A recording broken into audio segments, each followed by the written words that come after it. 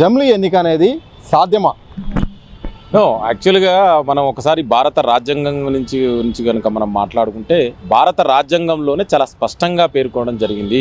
ఈ దేశము భిన్నత్వంలో ఏకత్వానికి ప్రతినిధి అయినటువంటి భారతదేశంలో భిన్న కులాలు, భిన్న మతాలు, భిన్న ప్రాంతాలు, భిన్న భాషలు, భిన్న సంస్కృతులు ఉన్న నిలయమైనటువంటి భారతదేశానికి ఒక పార్లమెంటరీ ప్రజాస్వామ్యాన్ని ఆనాడు భారత రాజ్యాంగాన్ని రచించినటువంటి బాబాసాహెబ్ అంబేద్కర్ ఇవాళ పార్లమెంటరీ ప్రజాస్వామ్యాన్ని మనం తీసుకోవడం జరిగింది. అదేవిధంగా ఇండియా అనేది ఈజనే కోఆపరేటివ్ ఫెడరలిజము, అంటే సమైక్య, అంటే రాష్ట్రాలు కేంద్రం రెండూ కలిసి ఉండేదే. అది భారత రాజ్యాంగం ప్రకారం ఆర్టికల్ 1 ప్రకారమే చాలా స్పష్టంగా పేర్కొనడం జరిగింది. India is A union of states. ఇవాళ బీజేపీ ఏదైతే మాట్లాడుతుందో జమిలీ ఎలక్షన్ అనేది అది సమైక్య స్ఫూర్తికి విరుద్ధం, భారత రాజ్యాంగానికి విరుద్ధం, పార్లమెంటరీ ప్రజాస్వామ్య స్ఫూర్తికి కూడా విరుద్ధం. ఎందుకంటే ఇవాళ దేశంలో ఉన్నటువంటి ప్రాంతీయ పార్టీలని ఇవాళ రాష్ట్రాల యొక్క హక్కులని హరించడమే ఇవాళ జమిలీ ఎలక్షన్ల యొక్క ముఖ్య ఉద్దేశం.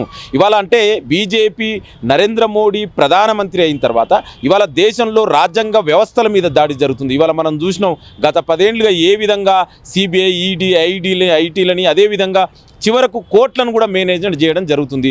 ఇవాళ మన అదే పార్లమెంట్ ఎలక్షన్లో ఆప్కి బార్ 400 బార్ అని 400 సీట్లని ఇవాళ 240 సీట్లు వచ్చినాయి. ఇవాళ బీజేపీ నరేంద్ర మోడీ ఆర్ఎస్ఎస్ మళ్ళీ ఒక కుట్రకు తెరలేసిరు. ఏంది ఆ కుట్ర అంటే జమిలీ ఎలక్షన్ల పేరుతోటి ఈ దేశంకే స్ఫూర్తి అయినటువంటి సమైక్య స్ఫూర్తిని దెబ్బతీయడమే ఇవాళ జమిలీ ఎలక్షను. ఇవాళ భారతదేశంలో జమిలీ ఎలక్షన్ అనేది ఇప్పుడున్న పరిస్థితిలో చాలా కష్టము. ఇవాళ వాళ్ళు చెప్పేది ఏంటంటే గతంలో ఆనాడు స్వాతంత్రం వచ్చినప్పుడు 3 ఎలక్షన్లలో 52 ఎలక్షన్లు, తర్వాత జరిగిన ఎలక్షన్లు 96-9 వరకు అది జరిగింది. కానీ అప్పుడున్న పరిస్థితులు వేరు, ఇప్పుడున్న పరిస్థితులు వేరు. ఇవాళ కోవింద్ కమిటీ చెప్పేది వాళ్ళ ఏదైతే కమిటీ రిపోర్ట్లో మరి చాలా సమస్యలకు వాళ్ళు పరిష్కారం చూపలేదు. ఒక స్కాలర్గా నేను చెప్తున్నా, ఇవాళ వాళ్ళు అంటున్నారు ఇవాళ జమిలీ ఎలక్షన్ పెడితే దేని ప్రధాన ఉద్దేశం ఏంది? సమయభావము, తర్వాత ఖర్చు అనేది. ఇవాళ ఖర్చు తగ్గిస్తే మరి 5 ఏళ్ళకే ఖర్చు అంటావు, రేపు 5 ఏళ్ళు పెడితే కూడా ఖర్చు పెరుగుతుందంటావు. మరి నెక్స్ట్ దాన్ని కూడా 10 ఇయర్స్ పెట్టుకుంటావా, 20 ఇయర్స్ పెట్టుకుంటావా? రెండోది, ఇవాళ మీరు ఏ బేస్లో కూడా ఒక వ్యక్తి రిజైన్ చేస్తే లేదా అనివార్య కారణం వల్ల మరణిస్తే లేదా ప్రభుత్వాలు కూలిపోతే మరి అప్పుడు దానికి సొల్యూషన్ ఏందండి? అంటే ఇదన్నీ కూడా దీనికి ఇట్లాంటి టెక్నికల్ అంశాలతో పాటు దానితో పాటు రాజ్యాంగ అంశాలు కూడా కొన్ని ముడిపడి ఉన్నాయి. ఇవాళ నువ్వు అసెంబ్లీని ఏ బేస్ మీద రద్దు చేస్తావండి? అసెంబ్లీ రద్దు చేస్తే మరి కాల పరిమితులు నువ్వు ఎట్లా డిసైడ్ చేస్తావు? మధ్యలో ప్రభుత్వాలు కూలిపోతాయి. మరి అప్పుడు నువ్వు బై ఎలక్షన్లు పెడతావా? మరి బై ఎలక్షన్లు పెడితే మరి నీ స్ఫూర్తి అయితే జమిలీ ఎలక్షన్ ఉద్దేశం ఏంది? ఎలక్షన్స్ రెగ్యులర్గా ఎలక్షన్స్ వస్తున్నాయి, ఎలక్షన్స్ ఉండొద్దు, ఒకేసారి జరగాలనేది. మరి నీకు అదే పెడితే మరి లోకల్ బాడీ ఎలక్షన్ల పరిస్థితి ఏంది? మరి దాన్ని జమిలీ ఈ సందర్భంలో మాట్లాడుతూ ఒకటంటే 2 దశల్లో జమిలీ ఎన్నికలు జరుగుతాయి. మొదటి దశలో మాత్రం లోక్సభ, అసెంబ్లీ జరుగుతుంది.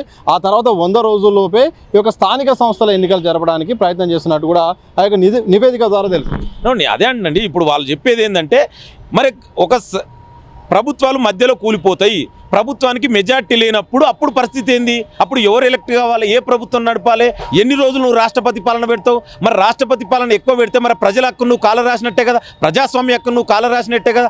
రెండోది, ఎవరైనా అనివార్య కారణం వల్ల ఒక ఎమ్మెల్యే కానీ ఎంపీ కానీ చనిపోవడమో తనకు తానుగా రిజైన్ చేయడం జరుగుతుంది. మరి అప్పుడు నీకు ఆల్టర్నేటివ్ ఏంది? ఎవరిని ఎలక్ట్గా చేస్తావు? మళ్ళీ ఎలక్షన్ పెడతావా?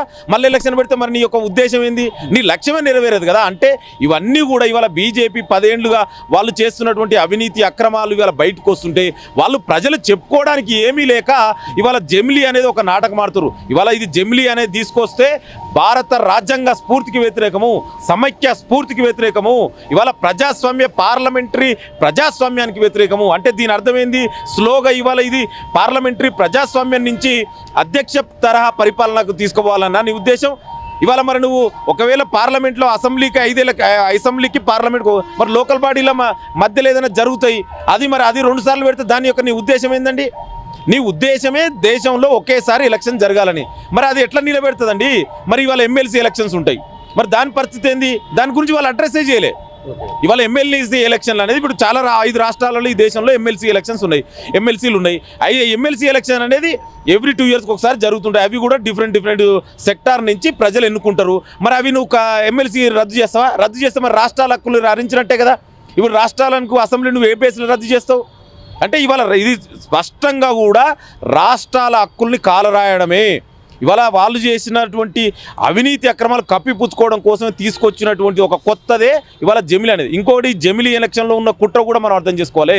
ఇవాళ దేశవ్యాప్తంగా కాంగ్రెస్ పార్టీ ఇవాళ రాహుల్ గాంధీ గారు ఒక నినాదం తీసుకుర్రు. ఇవాళ మెజార్టీ ప్రజలైనటువంటి ఎస్సీ ఎస్టీ బీసీ అణగారిన వర్గాలకు న్యాయం జరగాలి, క్యాస్ట్ సెన్స్ చేయాలని. ఈ క్యాస్ట్ సెన్సెస్ని డైవర్ట్ చేయడం కోసమే ఇవాళ ఆర్ఎస్ఎస్ బీజేపీ నాగపూర్ నుంచి కలిసి కుట్ర చేసిన ఆ కుట్రలో భాగంగానే ఇవాళ జమిలి ఎలక్షన్ అనేది తీసుకొస్తుంది.